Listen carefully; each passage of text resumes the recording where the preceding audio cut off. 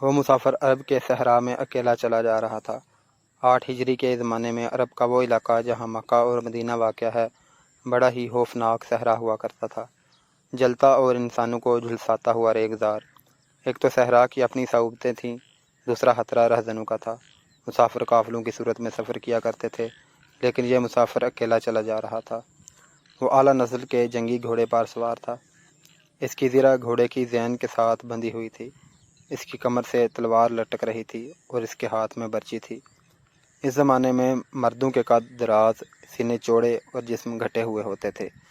یہ اکیلا مسافر بھی انہی مردوں میں سے تھا، لیکن جس انداز سے وہ گھوڑے کی پیٹھ پر بیٹھا تھا، اس سے صاف پتہ چلتا تھا کہ وہ شاہ سوار ہے اور وہ کوئی معمولی آدمی نہیں۔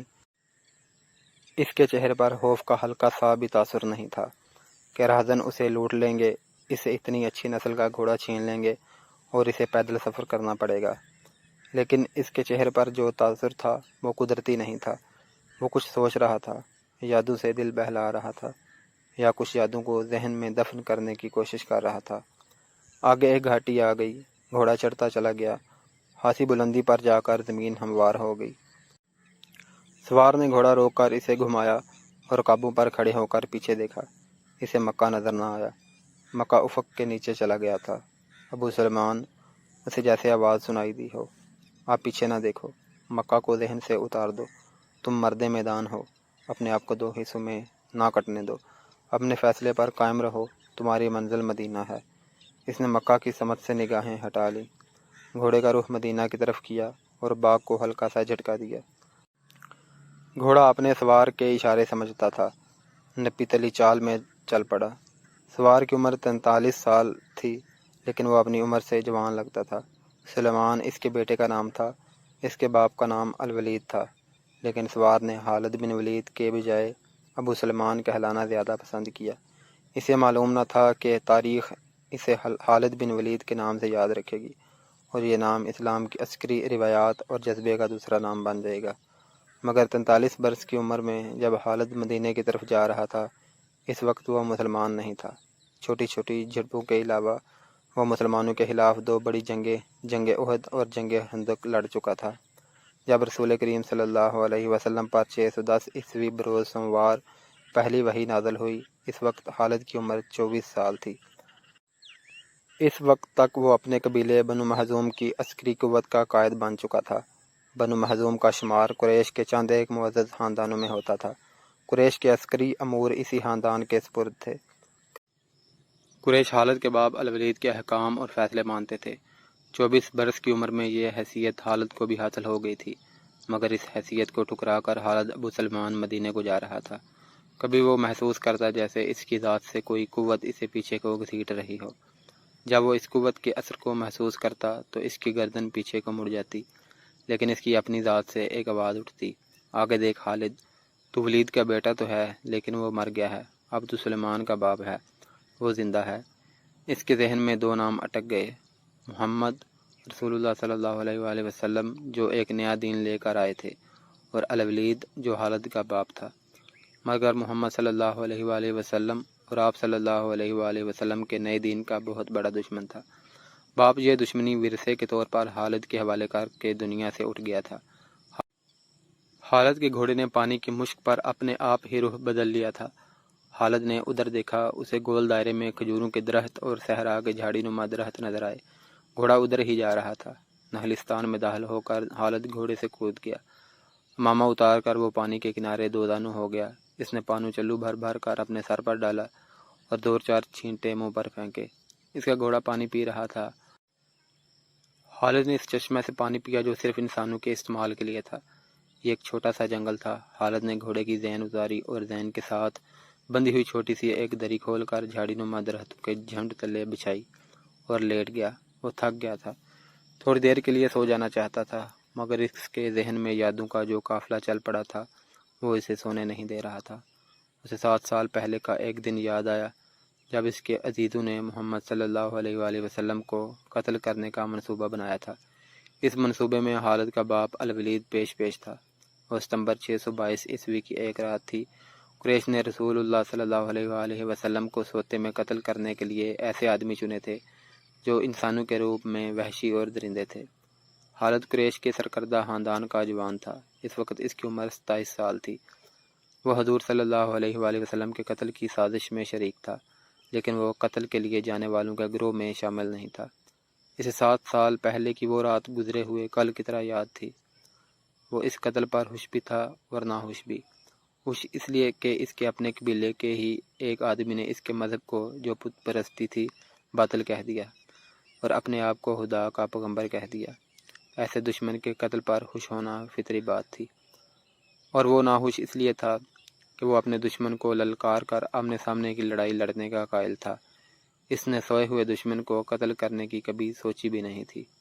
بہرحال اس نے اس سازش کی مخالفت نہیں کی، لیکن قتل کی رات جب قاتل رسول خدا کو مقررہ وقت پر قتل کرنے گئے تو آپ صلی اللہ علیہ وآلہ وسلم کا مکان خالی تھا۔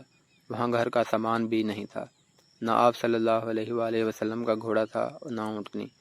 قریش اس امید پر سوئے ہوئے تھے کہ صبح انہیں خوشخبری ملے گی کہ ان کے مذہب کو جھٹلانے اور انہیں اپنے نئے مذہب کی طرف بلانے والا قتل ہو گیا ہے، مگر صبح وہ ایک دوسرے کو مایوسی کے عالم میں دیکھ رہے تھے۔ پھر وہ سرگوشیوں میں ایک دوسرے سے پوچھنے لگے، محمد کہاں گیا صلی اللہ علیہ وآلہ وسلم؟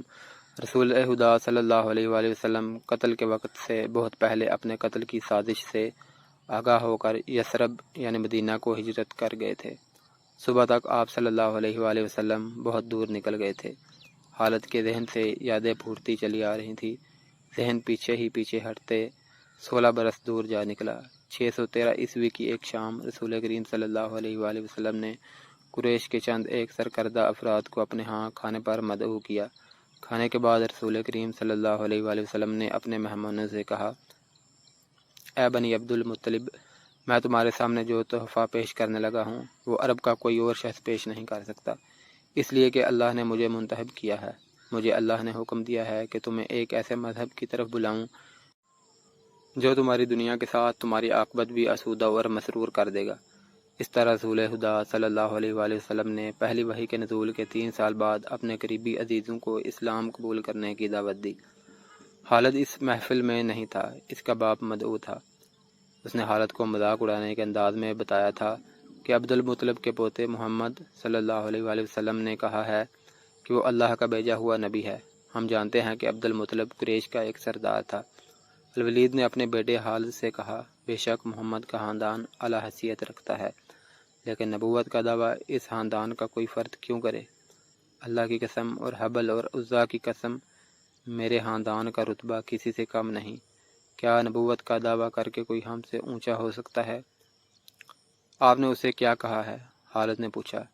پہلے تو ہم چپ ہو گئے، پھر ہم سب ہنس پڑے، الولید نے کہا۔ لیکن محمد صلی اللہ علیہ وآلہ وسلم کے چچا زاد بھائی علی نے محمد صلی اللہ علیہ وسلم کی نبوت کو قبول کر لیا ہے۔ خالد اپنے باپ کی طنزیہ ہنسی کو بھولا نہیں تھا۔ خالد کو 629 عیسوی کے ایک روز مکہ اور مدینہ کے راستے میں ایک نخلستان میں لیٹے ہوئے وہ وقت یاد آ رہا تھا۔ رسول اللہ صلی اللہ علیہ وآلہ وسلم جن کی نبوت کو قریش کے سردار قبول نہیں کر رہے تھے، اس نبوت کو لوگ قبول کرتے چلے جا رہے تھے۔ ان میں اکثریت نوجوانوں کی تھی۔ بعض مفلس لوگوں نے بھی اسلام قبول کر لیا۔ اس سے نبی کریم صلی اللہ علیہ وآلہ وسلم کے حوصلے میں جان آ گئی اور آپ صلی اللہ علیہ وآلہ وسلم نے اسلام کی تبلیغ تیز کر دی۔ آپ صلی اللہ علیہ وآلہ وسلم بت پرستی کے خلاف تھے۔ مسلمان ان 360 بتوں کا مذاق اڑاتے تھے جو کعبہ کے اندر اور باہر رکھے ہوئے تھے۔ طلوع اسلام سے پہلے عرب ایک خدا کو مانتے تھے اور پوچھتے ان بتوں کو تھے، انہیں وہ دیویاں اور دیوتا کہتے اور انہیں اللہ کے بیٹے اور بیٹیاں مانتے تھے۔ وہ ہر بات میں اللہ کی قسم کھاتے تھے۔ قریش نے دیکھا کہ محمد صلی اللہ علیہ وآلہ وسلم کہ جس دین کا انہوں نے مذاق اڑایا تھا وہ مقبول ہوتا جا رہا ہے، تو انہوں نے آپ صلی اللہ علیہ وآلہ وسلم کی تبلیغی سرگرمیوں کے خلاف محاذ بنا لیا اور مسلمانوں کا جینا حرام کر دیا۔ خالد کو یاد آ رہا تھا کہ اس نے اللہ کے رسول صلی اللہ علیہ وآلہ وسلم کو گلیوں اور بازاروں میں لوگوں کو اکٹھا کر کے انہیں اسلام قبول کرنے کی دعوت دیتے اور بتاتے دیکھا تھا کہ بت انہیں نہ فائدہ دے سکتے ہیں نہ نقصان۔ عبادت کے لائق صرف اللہ ہے جو وحدہ لا شریک ہے۔ رسول اللہ صلی اللہ علیہ وآلہ وسلم کی مخالفت کے قائد قریش کے 4 سردار تھے۔ ایک تو خالد کا باپ الولید تھا دوسرا نبی کریم صلی اللہ علیہ وآلہ وسلم کا اپنا چچا ابو لہب تھا، تیسرا ابو سفیان اور چوتھا ابو الحکم تھا جو خالد کا چچا زاد بھائی تھا۔ مسلمانوں پر سب سے زیادہ ظلم و تشدد اسی نے کیا تھا۔ وہ جہالت کی حد تک کینہ پرور اور مسلمان کش تھا، اس لیے مسلمان اسے ابو جہل کہنے لگے۔ یہ نام اتنا عام ہوا کہ لوگ جیسے اس کا اصل نام بھول ہی گئے ہوں۔ تاریخ نے بھی اس پستہ قد، بھینگے اور لوہے کی طرح مضبوط آدمی کو ابو جہل کے نام سے ہی یاد رکھا۔ خالد کو یہ یادیں پریشان کرنے لگیں، شاید شرمسار بھی۔ قریش کے لوگوں نے رسول خدا صلی اللہ علیہ وآلہ وسلم کے گھر میں کئی بار غلاظت پھینکی تھی۔ جہاں کوئی مسلمان اسلام کی تبلیغ کر رہا ہوتا، وہاں قریش کے آدمی جا پہنچتے اور ہلڑ مچاتے تھے۔ بد اخلاق اور دھتکارے ہوئے آدمیوں کو رسول خدا صلی اللہ علیہ وآلہ وسلم کو پریشان کرتے رہنے کے کام پر لگا دیا گیا تھا۔ خالد کو یہ اطمینان ضرور تھا کہ اس کے باپ نے محمد صلی اللہ علیہ وآلہ وسلم کے خلاف ایسی کوئی گھٹیا حرکت نہیں کی تھی۔ وہ 2 مرتبہ قریش کے 3-4 سرداروں کو ساتھ لے کر رسول خدا صلی اللہ علیہ وآلہ وسلم کے چچا ابو طالب کے پاس یہ کہنے گیا تھا کہ وہ اپنے بھتیجے رسول خدا صلی اللہ علیہ وآلہ وسلم کو بتوں کی توہین اور نبوت کے دعوے سے روکے، ورنہ وہ کسی کے ہاتھوں قتل ہو جائے گا۔ ابو طالب نے ان لوگوں کو 2 مرتبہ ٹال دیا تھا۔ خالد کو اپنے باپ کی بہت بڑی قربانی یاد آئی۔ عمارہ خالد کا بھائی تھا۔ وہ خاص طور پر خوبصورت نوجوان تھا۔ وہ ذہین تھا اور اس میں بانک پن تھا۔ خالد کے باپ الولید نے اپنے اتنے خوبصورت بیٹے عمارہ کو قریش کے 2 سرداروں کے حوالے کیا اور انہیں کہا کہ اسے محمد کے چچا ابو طالب کے پاس لے جاؤ اور اس سے کہو کہ میرا بیٹا رکھ لو اور اس کے بدلے محمد صلی اللہ علیہ وآلہ وسلم ہمیں دے دو۔ خالد اپنے باپ کے اس فیصلے پر کانپ اٹھا تھا، اور جب اس کا بھائی عمارہ دونوں سرداروں کے ساتھ چلا گیا تھا تو خالد تنہائی میں جا کر رویا تھا۔ ابو طالب سرداروں نے عمارہ کو رسول کریم صلی اللہ علیہ وآلہ وسلم کے چچا کے آگے کر کے کہا تھا، اسے تم جانتے ہو، یہ عمارہ بن الولید ہے۔ تم یہ بھی جانتے ہوگے کہ بنو ہاشم نے، جس کے تم سردار ہو، ابھی تک اس جیسا سجیلا اور عقل مند جوان پیدا نہیں کیا۔ یہ ہم ہمیشہ کے لیے تمہارے حوالے کرنے آئے ہیں۔ اسے اپنا بیٹا بنا کر رکھو گے تو یہ تمام عمر فرما بردار رہے گا، اور اگر اسے اپنا غلام بنا لو گے تو قسم ہے اللہ کی تم پر اپنی جان بھی قربان کر دے گا۔ مگر تم اسے میرے حوالے کیوں کر رہے ہو؟ ابو طالب نے پوچھا۔ کیا بنو مخزوم کی ماؤں نے اپنے بیٹوں کو نیلام کرنا شروع کر دیا ہے؟ کہو اس کی کتنی قیمت چاہتے ہو؟ اس کی عوض ہمیں اپنا بھتیجا محمد صلی اللہ علیہ وآلہ وسلم دے دو۔ قریش کے ایک سردار نے کہا، تمہارا یہ بھتیجا تمہاری رسوائی کا باعث بن گیا ہے۔ اس نے تمہارے آباء و اجداد کے مذہب کو رد کر کے نیا مذہب بنا لیا ہے۔ کیا تم دیکھ نہیں رہے کہ اس نے قبیلے میں آدمی کو آدمی کا دشمن بنا دیا ہے؟ تم میرے بھتیجے کو لے جا کر کیا کرو گے؟ قتل۔ قریش کے دوسرے سردار نے جواب دیا، ہم محمد صلی اللہ علیہ وآلہ وسلم کو قتل کر دیں گے۔ یہ بے انصافی نہیں ہوگی۔ تم دیکھ رہے ہو کہ ہم تمہارے بھتیجے کے بدلے تمہیں اپنا بیٹا دے رہے ہیں۔ یہ بہت بڑی بے انصافی ہوگی۔ ابو طالب نے کہا، تم میرے بھتیجے کو قتل کرو گے اور میں تمہارے بیٹوں کو پالوں گا، اس پر خرچ کروں گا اور اسے بہت اچھی زندگی دوں گا۔ تم میرے پاس کیا انصاف لے کر آئے ہو؟ میں چاہتا ہوں کہ تم عزت سے واپس چلے جاؤ۔ خالد نے جب اپنے بھائی کو اپنے سرداروں کے ساتھ واپس آتے دیکھا اور سرداروں سے سنا کہ ابو طالب نے یہ سودا قبول نہیں کیا تو خالد کو دلی مسرت ہوئی تھی۔ محمد صلی اللہ علیہ وآلہ وسلم کا تم نے کیا بگاڑ لیا تھا ابو سلیمان؟ خالد کی ذات سے ایک سوال اٹھا۔ اس نے خیالوں ہی خیالوں میں سر ہلایا اور دل ہی دل میں کہا، کچھ نہیں۔ بے شک محمد صلی اللہ علیہ وآلہ وسلم کا جسم طاقتور ہے، لیکن رکانہ بن عبد یزید جیسے پہلوان کو اٹھا کر پٹکنے کے لیے صرف جسمانی طاقت کافی نہیں۔ رکانہ بن عبد یزید رسول کریم صلی اللہ علیہ وآلہ وسلم کا چچا تھا، جس نے اسلام قبول نہیں کیا تھا۔ یہ عرب کا مانا ہوا پہلوان تھا۔ نامی گرامی پہلوان آئے جنہیں اس نے ایک ہی داؤ میں پٹک کر اٹھنے کے قابل نہ چھوڑا۔ وہ فحشی انسان تھا، صرف لڑنا مارنا جانتا تھا۔ خالد کو وہ وقت یاد آنے لگا جب مسلمانوں کو دکھ کرنے والے 3-4 آدمیوں نے ایک دن رکانہ پہلوان کو خوب کھلایا پلایا اور اسے کہا تھا کہ تمہارا بھتیجا محمد صلی اللہ علیہ وآلہ وسلم کسی کے ہاتھ نہیں آتا، نہ اپنی تبلیغ سے باز آتا ہے، نہ کسی سے ڈرتا ہے، اور لوگ اس کی باتوں کے جادو میں آتے چلے جا رہے ہیں۔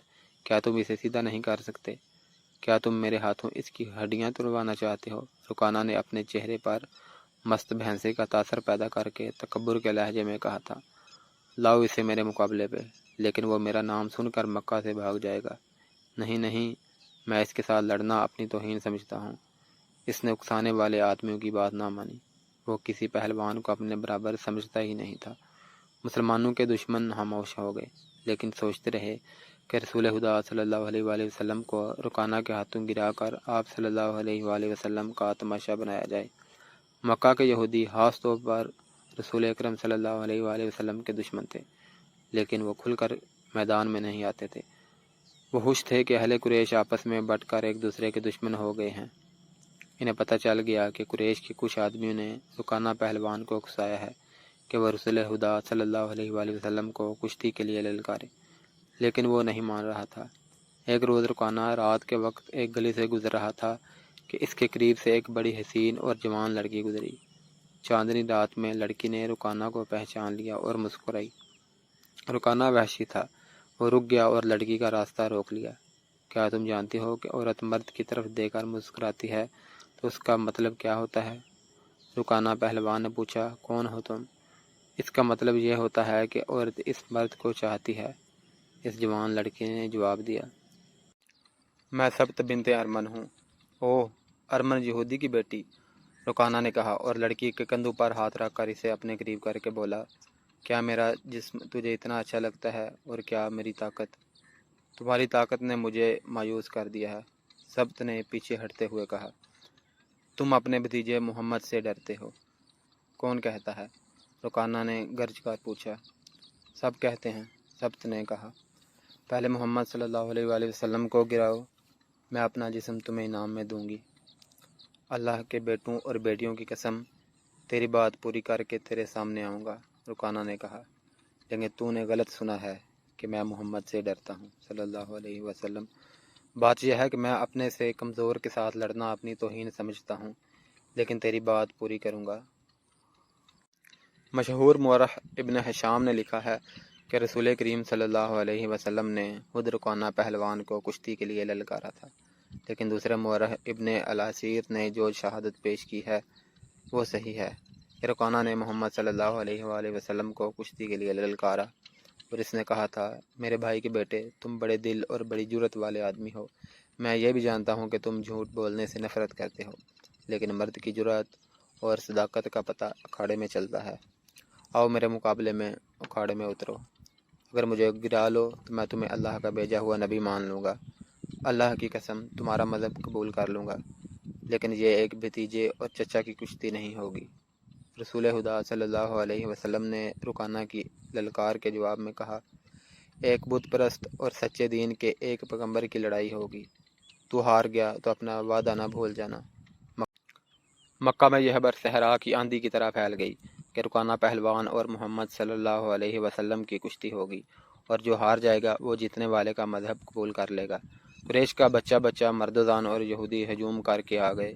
مسلمانوں کی تعداد بہت تھوڑی تھی، وہ تلواروں اور برچھیوں سے مسلح ہو کر آئے، کیونکہ انہیں خطرہ محسوس ہو رہا تھا کہ قریش کشتی کو بہانہ بنا کر رسول خدا صلی اللہ علیہ وسلم کو قتل کر دیں گے۔ عرب کا سب سے زیادہ طاقتور اور وحشی پہلوان رکانہ بن عبد یزید رسول کریم صلی اللہ علیہ وسلم کے مقابلے پہ اترا۔ اس نے رسول خدا صلی اللہ علیہ وسلم پر تنزیہ نظر ڈالی اور آپ صلی اللہ علیہ وسلم پر پھپتی کسی۔ آپ صلی اللہ علیہ وسلم مکمل خاموشی اور اطمینان سے رکانہ کی آنکھوں میں آنکھیں ڈال کر دیکھتے رہے کہ وہ بے خبری میں کوئی داؤ نہ کھیل جائے۔ رکانہ آپ صلی اللہ علیہ وسلم کے ارد گرد یوں گھوما جیسے شیر اپنے شکار کے ارد گرد گھوم گیا ہو اور اب اسے کھا جائے گا۔ ہجوم رسول اکرم صلی اللہ علیہ وسلم کا مذاق اڑا رہا تھا۔ مسلمان خاموش تھے، وہ دل ہی دل میں اللہ کو یاد کر رہے تھے۔ انہوں نے اپنی تلواروں کے دستوں پر ہاتھ رکھے ہوئے تھے، پھر نہ جانے کیا ہوا، رسول اکرم صلی اللہ علیہ وسلم نے کیا داؤ کھیلا۔ ابن الاسیر کہتا ہے کہ آپ صلی اللہ علیہ وسلم نے رکانہ کو اٹھا کر زمین پر پٹخ دیا۔ رکانہ زخمی شیر کی طرح اٹھا اور گرا کر آپ صلی اللہ علیہ وسلم پر حملہ آور ہوا۔ آپ صلی اللہ علیہ وسلم نے پھر وہی داؤ کھیلا اور اسے پٹخ دیا۔ وہ اٹھا تو آپ صلی اللہ علیہ وسلم نے اسے تیسری بار پٹھا۔ بھاری بھرکم جسم 3 بار پٹھا گیا تو کشتی جاری رکھنے کے قابل نہ رہا۔ رکانہ سر جھکا کر اکھاڑے سے نکل گیا۔ ہجوم پر سناٹا طاری ہو گیا اور مسلمان ننگی تلواریں اور برچیاں ہوا میں لہرا لہرا کر اور اچھال اچھال کر نعرے لگا رہے تھے۔ چچا رکانہ، رسول اکرم صلی اللہ علیہ وسلم نے للکار کر کہا، اپنا وعدہ پورا کر اور یہیں اعلان کر کہ آج سے تو مسلمان ہے۔ رکانہ نے قبول اسلام سے صاف انکار کر دیا۔ یہ طاقت جسمانی نہیں تھی۔ خالد نے نہلستان میں لیٹے لیٹے اپنے آپ سے کہا، رکانہ کو یوں 3 بار پٹانا تو دور کی بات ہے، اسے کوئی پچھاڑ بھی نہیں سکا تھا۔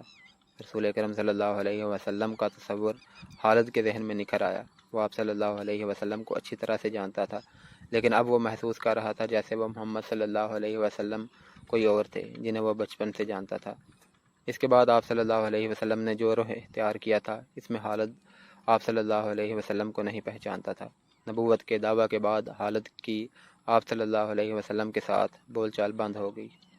وہ آپ صلی اللہ علیہ وسلم کے ساتھ دو ہاتھ کرنا چاہتا تھا، لیکن وہ رکانہ کی طرح پہلوان نہیں تھا۔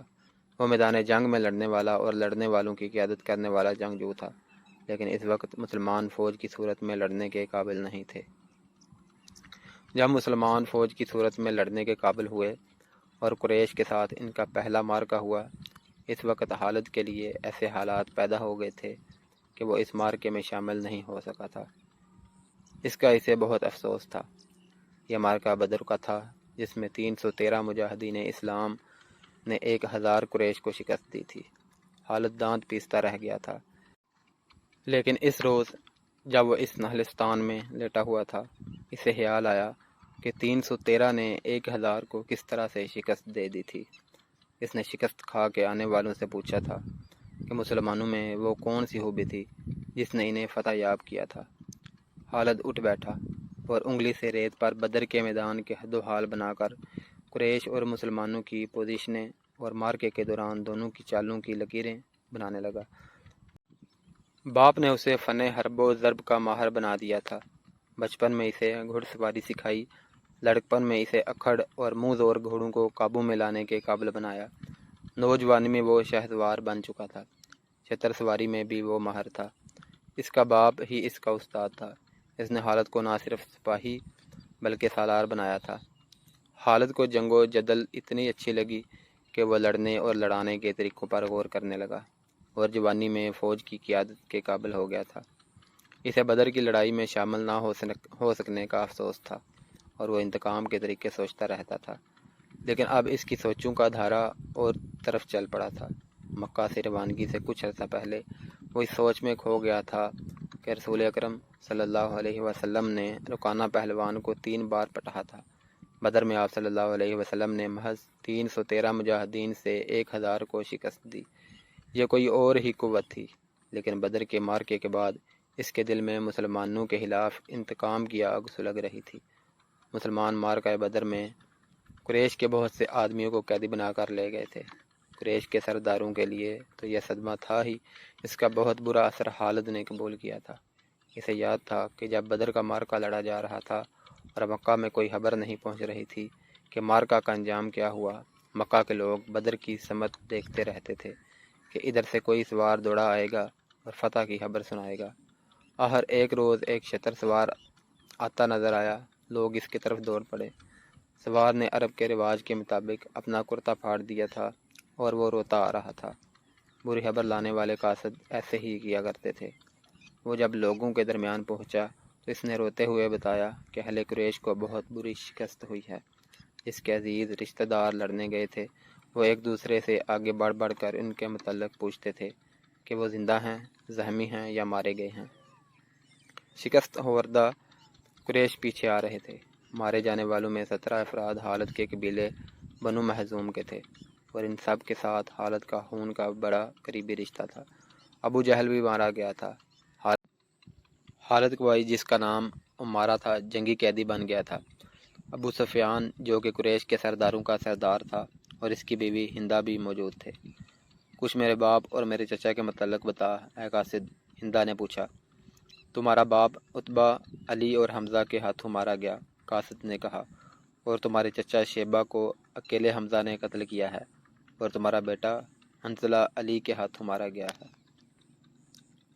ابو سفیان کی بیوی ہندہ نے پہلے تو علی اور حمزہ کو بلند آواز سے برا بھلا کہا، پھر بولی، اللہ کی قسم میں اپنے باپ اور اپنے چچا اور اپنے بیٹے کے خون کا بدلہ لوں گی۔ ابو سفیان پر خاموشی طاری تھی۔ خالد کا خون کھول رہا تھا۔ قریش کے 70 آدمی مارے گئے تھے اور جو جنگی قیدی ہوئے تھے ان کی تعداد بھی اتنی ہی تھی۔ خالد اٹھا، دری جھاڑ کر لپیٹی اور گھوڑے کی ذہن کے ساتھ باندھ کر سوار ہوا اور مدینہ کی سمت چل پڑا۔ اس نے ذہن کو یادوں سے خالی کر دینا چاہا، لیکن اس کا ذہن مدینہ پہنچ جاتا جہاں رسول اللہ صلی اللہ علیہ وسلم تھے اور جو تبلیغ اسلام کا مرکز بن گیا تھا۔ آپ صلی اللہ علیہ وسلم کا خیال آتے ہی اس کا ذہن پیچھے چلا جاتا اور اسے وہ منظر دکھاتا جس کے خالق حضور صلی اللہ علیہ وسلم تھے۔ اس کے ذہن میں ہندا کے الفاظ یاد آئے جو اس نے اپنے خاوند ابو سفیان سے کہے تھے، میں اپنے باپ اور چچا کو بھول سکتی ہوں۔ ہندا نے کہا تھا، کیا میں اپنے لہتے جگر حنظلہ کو بھی بھول جاؤں؟ ماں اپنے بیٹے کو کیسے بھول سکتی ہے؟ اللہ کی قسم، میں محمد صلی اللہ علیہ وسلم کو اپنے بیٹے کا خون معاف نہیں کروں گی۔ یہ لڑائی محمد صلی اللہ علیہ وسلم نے کرائی ہے، میں حمزہ اور علی کو نہیں بخشوں گی۔ وہ میرے باپ، میرے چچا اور میرے بیٹے کے قاتل ہیں۔ میرے خون کو صرف میرے بیٹے کا قتل گرما رہا ہے۔ ابو سفیان نے کہا تھا، مجھ پر اپنے بیٹے کے خون کا انتقام فرض ہو گیا ہے۔ میں سب سے پہلے یہ کام کروں گا کہ محمد صلی اللہ علیہ وسلم کے خلاف زبردست فوج تیار کر کے اسے آئندہ لڑنے کے قابل نہیں چھوڑوں گا۔ مشہور مورخ اور وقائع نگار واقدی لکھتا ہے کہ اگلے ہی روز ابو سفیان نے تمام سرداروں کو بلایا۔ ان میں زیادہ تعداد ان سرداروں کی تھی جو کسی نہ کسی وجہ سے جنگ بدر میں شریک نہیں ہو سکے تھے، اور ان میں سے ہر ایک کا کوئی نہ کوئی عزیز اس جنگ میں مارا گیا تھا۔ سب انتقام کا ارادہ لے کر اکٹھے ہوئے۔ کیا مجھے زیادہ باتیں کرنے کی ضرورت ہے؟ ابو سفیان نے کہا، میرا اپنا جوان بیٹا مارا گیا ہے، اگر میں انتقام نہیں لیتا تو مجھے جینے کا کوئی حق نہیں۔ سب ایک ہی بار بولنے لگے۔ وہ اس پر متفق تھے کہ مسلمانوں سے بدر کی شکست کا انتقام لیا جائے، لیکن آپ میں سے کوئی بھی اپنے گھر میں نہ بیٹھا رہے۔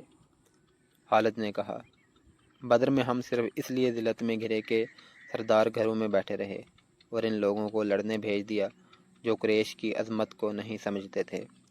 کیا میرے باپ کو بھی قریش کی عظمت کا خیال نہ تھا؟ خالد کے چچا زاد بھائی اکرمہ جو ابو جہل کا بیٹا تھا برہم ہوتے ہوئے کہا، کیا صفوان بن امیہ کے باپ کو بھی قریش کی عظمت کا خیال نہ تھا؟ تم کہاں تھے؟ الولید کے بیٹے، ہم یہاں ایک دوسرے سے لڑنے کے لیے اکٹھے نہیں ہوئے، ابو سفیان نے کہا۔ خالد، تمہیں ایسی بات نہیں کہنی چاہیے تھی جس سے کوئی اپنی بے عزتی محسوس کرے۔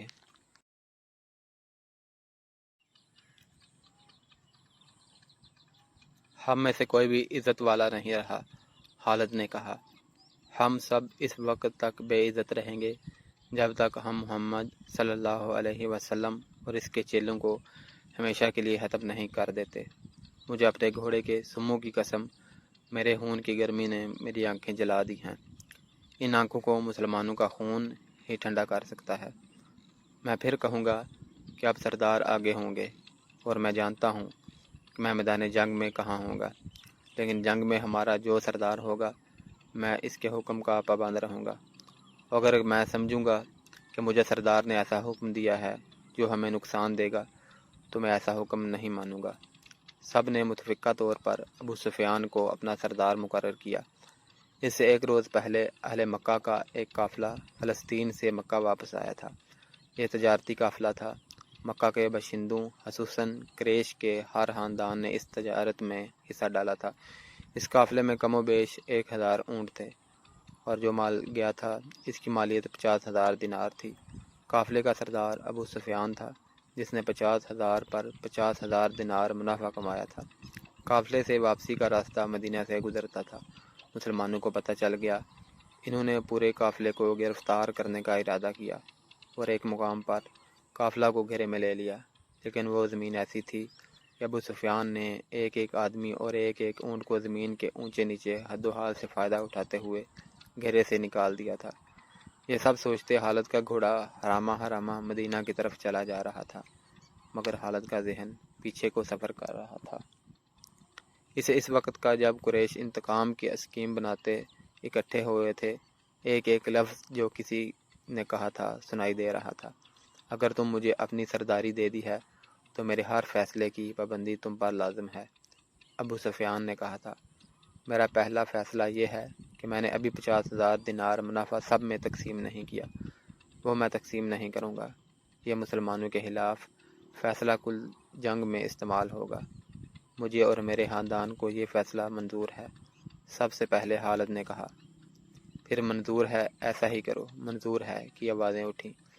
میرا دوسرا حکم یہ ہے، ابو سفیان نے کہا، کہ جنگ بدر میں ہمارے جو آدمی مارے گئے ہیں ان کے لواحقین عہداری کر رہے ہیں۔ میں نے مردوں کو دھاڑے مارتے اور عورتوں کو بیان کرتے سنا ہے۔ اللہ کی قسم، جب آنسو بہہ جاتے ہیں تو انتقام کی آگ سرد ہو جاتی ہے۔ آج سے بدر کے مقتولین پر کوئی نہیں روئے گا۔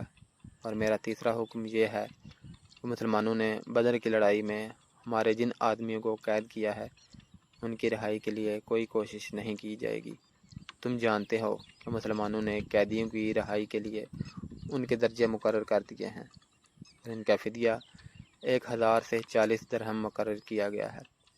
ہم مسلمانوں کو 1 درہم بھی نہیں دیں گے، یہ رقم ہمارے ہی خلاف استعمال ہوگی۔